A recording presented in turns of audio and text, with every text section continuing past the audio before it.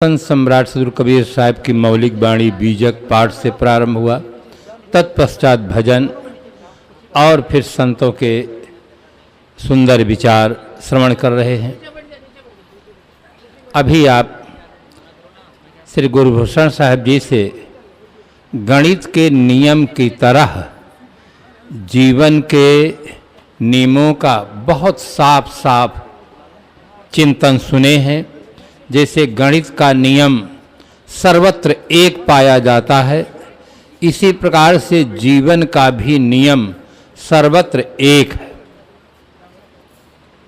किसी व्यक्ति ने आज तक उस व्यक्ति की हालत नहीं बदली, न हो जिसको लगन खुद अपनी हालत को बदलने की। अगर अपनी हालत को बदलने के लिए हमारे मन में अभिलाषा न हो तो कोई व्यक्ति उसको बदल नहीं सकता। मैं पहले एक छोटा सा उदाहरण दूं। अरब देश के लोग बंबई में पहुंचे। अरब में तेल बहुत है परंतु पानी कम है। होटल में ठहरे। होटलों में तो 24 घंटा पानी की व्यवस्था रहती है। सुबह, दोपहर, शाम, मध्याह्न जब बाथरूम में जाते, टूटी घुमाते, पानी निकल आता। उन्हें बड़ा आश्चर्य हुआ। पूरा दिन परीक्षा किए। एक दिन बीता, 2 दिन बीता, जब जरूरत हो तब जाते हैं, बाथरूम की टूटी घुमाते हैं, पानी निकल आता है।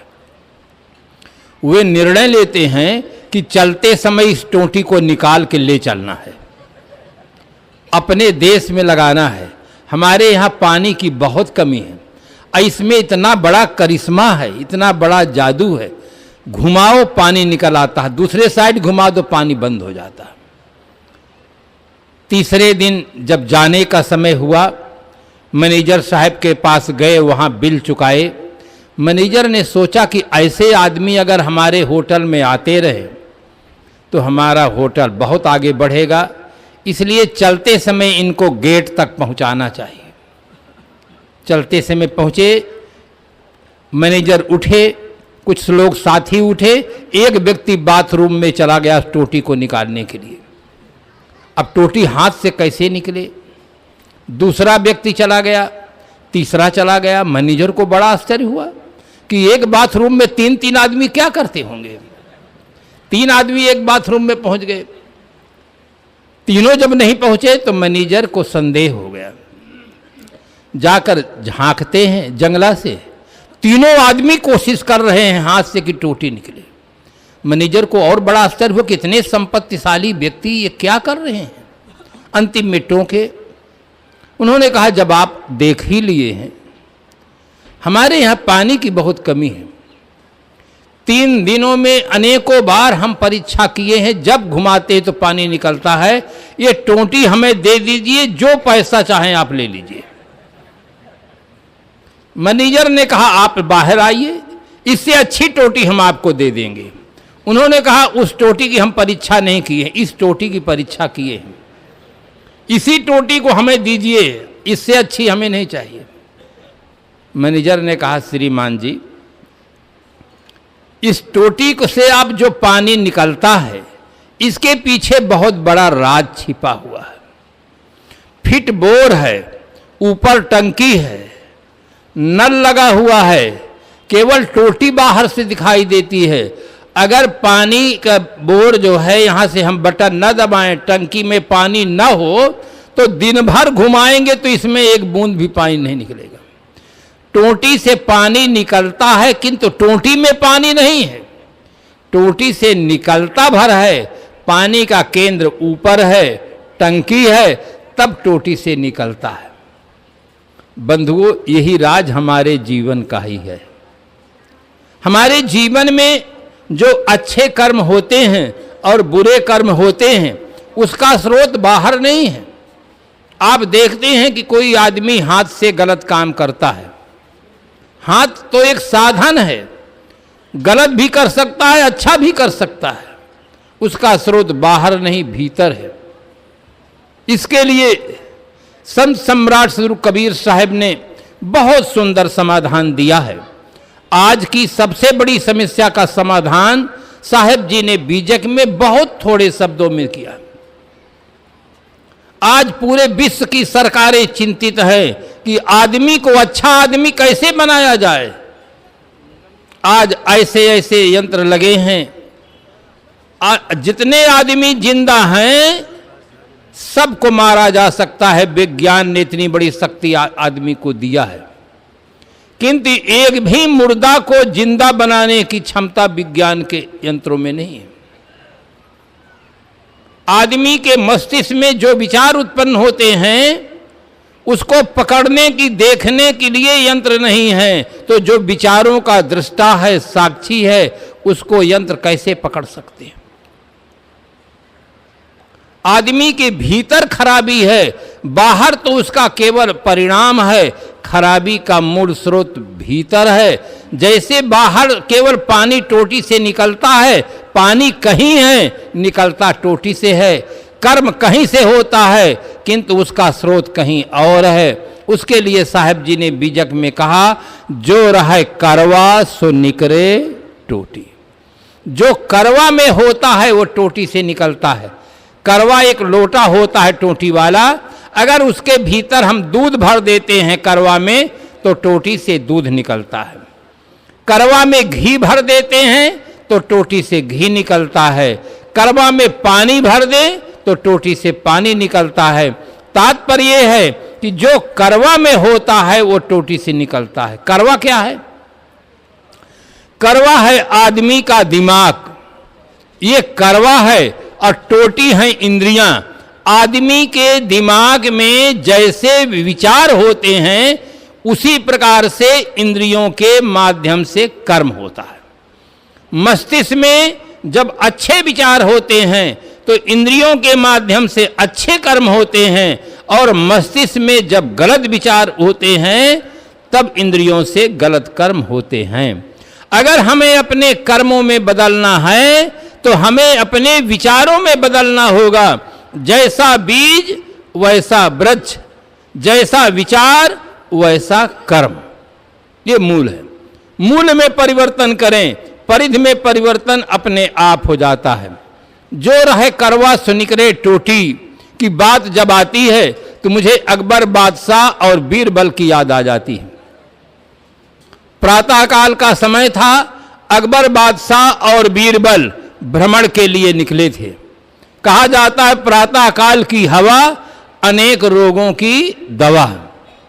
स्वास्थ्य की आवश्यकता राजा, रंक, फकीर सबको होती है, क्योंकि स्वस्थ आदमी ही भौतिक विकास कर सकता है, आध्यात्मिक विकास कर सकता है। इसलिए स्वास्थ्य की आवश्यकता भौतिकवादी, धार्मिक सभी व्यक्तियों को एक समान होती है। दोनों प्रातःकाल भ्रमण कर रहे थे। बादशाह के मन में एक संकल्प उठता है, एक विचार उठता है कि बीरबल को देखो, जब मुस्कुराता मिलता है, हंसता हुआ मिलता है, मैं बादशाह हूं, मुझे इतनी प्रसन्नता नहीं रहती है, और बीरबल को देखो जब हंसता रहता, मुस्कुराता रहता है। लाओ ऐसा कुछ प्रयोग करें जिससे बीरबल के मन में क्रोध पैदा हो, तनाव पैदा हो, तब देखो बीरबल का चेहरा कैसा होता है। जिस समय कोई व्यक्ति आपका फोटो ले रहा हो, आप उस समय मुस्कुराइए, बहुत सुंदर फोटो आ जाता है। और उसी समय पर फोटो लेते समय आप क्रोध में आ जाइए, फिर देखिए आपका चेहरा कैसा होता है। फोटो देखकर आपको बड़ा आश्चर्य लगेगा। बादशाह के मन में जो विचार उठ रहे थे, बीरबल कुछ नहीं जानता। बादशाह आगे चल रहे थे, बीरबल पीछे। सड़क के किनारे पर एक वस्तु को देख करके बिना ठीक से सोचे बादशाह प्रयोग कर बैठे। बादशाह ने कहा बीरबल, उसने कहा जी हुजूर। बादशाह ने तुरंत प्रयोग कर दिया कि तुम्हारे मुंह में बिष्टा है। बीरबल तुरंत उत्तर दिए कि सरकार के मुंह में घी और शक्कर। बादशाह को बड़ा आश्चर्य हुआ, क्यों बीरबल, मैंने तुम्हारे लिए इतनी अभद्र बात कह दी कि तुम्हारे मुंह में बिष्टा, और तुम्हें क्रोध नहीं उत्पन्न हुआ? तुम कहते हो सरकार के मुंह में घी और शक्कर। कहे सरकार क्रोध का कोई कारण नहीं है। कहे क्यों? कहा जिसके मुख में जो था वो निकला।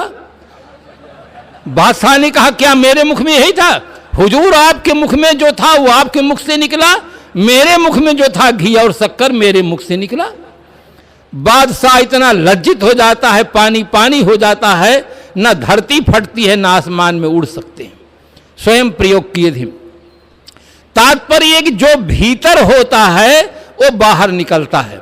अगर आदमी की भीतर की स्थिति ठीक हो जाए, मानसिक स्थिति ठीक हो जाए, तो अपहरण आज ही समाप्त हो सकता है, बलात्कार समाप्त हो सकता है, भ्रष्टाचार समाप्त हो सकता है।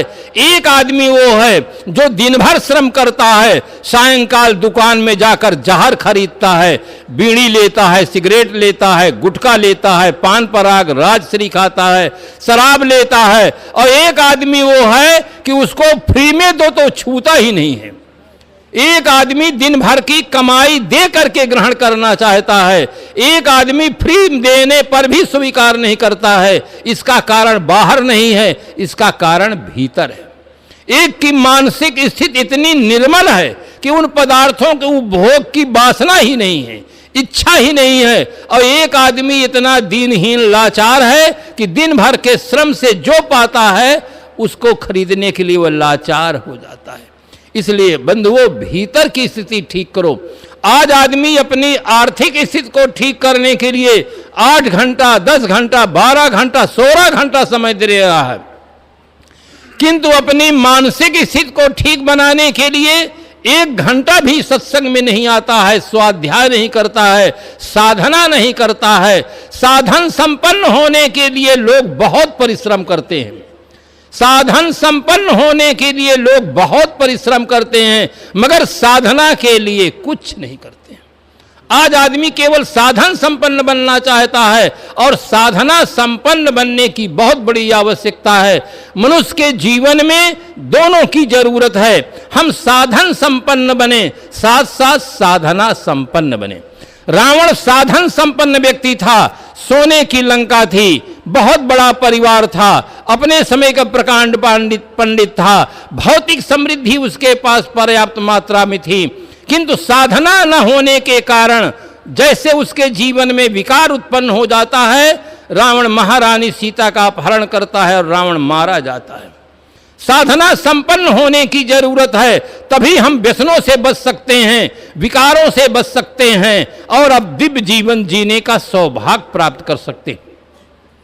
एक शायर लिखता है, अस्त्र युद्ध के विजेता को वीर कहते हैं, अस्त्र युद्ध के विजेता को वीर कहते हैं, मनोविकारों के विजेता को महावीर कहते हैं।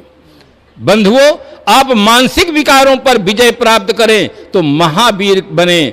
और दूसरी बात यह है, आपकी जीवन की जो मांग है वो पूर्ति हो सकती है। हर आदमी की जीवन की मांग है कि हम स्वतंत्र जीवन जिएं। स्व माने अपना, तंत्र माने शासन। हमारे ऊपर और किसी का शासन न हो, अपना शासन हो, तब हम स्वतंत्र जीवन जी सकते हैं। जब हम पर मन और इंद्रियां ये पर हैं, इनका शासन जब हमारे पर होता है, तब हम परतंत्र हो जाते हैं। जीवन की मांग है स्वतंत्र जीवन। स्वतंत्र जीवन तभी आप जी सकते हैं जब मानसिक विकारों से मुक्त होकर जीवन जीने की क्षमता अर्जित करें। मानसिक विकारों से मुक्त होने की प्रेरणा देने वाले केवल एक हैं, संत और गुरुजन, और कोई नहीं। माता पिता का बहुत बड़ा उपकार है, जन्म देना, पालन करना, पोषण करना, शिक्षा प्रदान करना, और बहुत बड़ा उपकार है, किंतु उनसे बहुत बड़ा उपकार गुरुजनों का है। सिकंदर बादशाह से उसके मित्रों ने पूछा कि आप अपने माता पिता की अपेक्षा गुरु का अधिक सम्मान क्यों करते हैं? तब सिकंदर ने उत्तर दिया कि माता पिता ने तो जन्म दिया है, किंतु उस जन्म को सार्थक बनाने की जो शिक्षा है वो गुरुजन देते, इसलिए माता पिता से भी बड़ा उपकार गुरुजनों का है। कोई डॉक्टर आपको दवा दे, आपके आंख में दर्द हो और दांत में दर्द हो और प्रयोग ना बताए, प्रयोग आप उल्टा कर जाएं, तो दवा तो समाप्त हो जाएगी, किंतु दर्द और बढ़ जाएगा। इसलिए बंधुओं, जीवन को सार्थक बनाने की दिशा में प्रेरणा देने वाले संत और गुरुजन होते हैं। इसीलिए भवयान में सदगुरु श्री विशाल साहब जी ने कहा कि उपकारिन में उपकार गुरु, दानिन में गुरुदान, रक्षक में रक्षक गुरु, गुरु सम अन्न न आन। बहुत बड़े उपकार लोगों का होता है माता पिता के द्वारा, और तमाम लोग ऐसे हैं धर्मात्मा हैं, उनके द्वारा भी उपकार होता है और लोगों के द्वारा उपकार होता है, किंतु सबसे बड़ा उपकार गुरुजनों का होता है। एक व्यक्ति आपका जेल के अंदर पहुंच गया हो, उसका मित्र आए और उसको सिगरेट पीने की व्यवस्था दे, दूसरा मित्र आए उसको भोजन बनाकर सुंदर दे, तीसरा मित्र आ जाए उसको जेलर से मिल करके जेल से ही छुड़ा ले, तो सबसे बड़ा उपकार किसका है? सिगरेट देने वाले का, भोजन देने वाले का, कि जो जेल से छुड़ा ले उसका ही उपकार। जो जेल से छुड़ा लेता है उसका बड़ा उपकार होता है। इसी प्रकार से गुरुजन इस माया जाल से हमको छुड़ा लेते हैं। अहो हाय दुनिया किधर जा रही है, अहो हाय दुनिया किधर जा रही है, पानी छान कर पीने वाली जनता आज अंडा खा रही है। अहो हाय दुनिया किधर जा रही है, जेल से छूटने के लिए लाखों प्रयास कर रही है, मगर माया जाल में फंसने के लिए लाखों रुपए खर्च कर रही है। अहो हाय दुनिया किधर जा रही है, संसार की प्रवृत्ति किधर है। ये गुरुजनों को, संतों को कोट कोट सह नमस्कार है। बहुत बड़ा सौभाग्य है हमारा और आपका जो श्रद्धेय सदगुरु मिले, और आज बहुत सुंदर मुद मंगल में समाज मिला है, जिनके छत्र छाया में रह करके जीने की हमें सुंदर प्रेरणा मिलती है। सगे संबंधी कुल कुटुंबी मिलते हैं, वे केवल यही पूछते हैं कि आपका धंधा कैसा है, कितने बच्चों की शादी हुई, कितने बाकी रह गए हैं। कोई नहीं पूछ सकता है कि आप भजन करते हैं कि नहीं करते हैं, आपका जीवन निर्विकार बन रहा कि नहीं बन रहा है, आप साधना कर रहे हैं कि नहीं, ये कोई पूछने वाला नहीं। सबसे बड़ा उपकार संतों का और गुरुजनों का होता है। इसलिए कहा गया तमन्ना दर्द दिल में है तो कर खिदमत फकीरों की, नहीं वह लाल मिलता है अमीरों के खजाने में।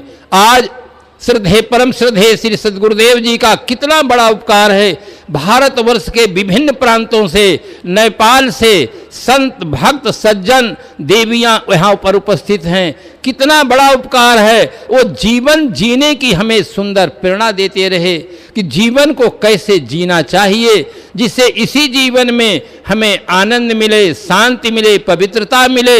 शरीर छूट जाने के जो पश्चात की दशा है वो तो बाद की दशा है। वर्तमान जीवन हमारा अच्छा होगा, भविष्य अपने आप अच्छा हो जाएगा। इसलिए सबसे ज्यादा हमारी श्रद्धा या हमारा झुकाव होना चाहिए अपने कल्याण की ओर, संत गुरुजनों की ओर। आर्थिक स्थिति को ठीक बनाने के साथ साथ अपनी मानसिक स्थिति को ठीक बनाने के लिए प्रयास होना चाहिए। दोनों स्थिति अच्छी हो जाए तो दो हाथ मन मोदक मोरे। जैसे किसी आदमी के दोनों हाथ में लड्डू हो तो चाहे जिस हाथ से लड्डू खाए, इसी प्रकार से अगर आपकी आर्थिक स्थिति अच्छी है और मानसिक स्थिति अच्छी है तो आपको दिव्य जीवन जीने का सौभाग्य भी प्राप्त होगा और समृद्धि भी होगी। तो जीवन में दोनों की जरूरत है, समृद्धि की जरूरत है और सुख की जरूरत है। बस इन्हीं शुभकामनाओं के साथ हम अपनी वाणी को विराम देते हैं। साहिब।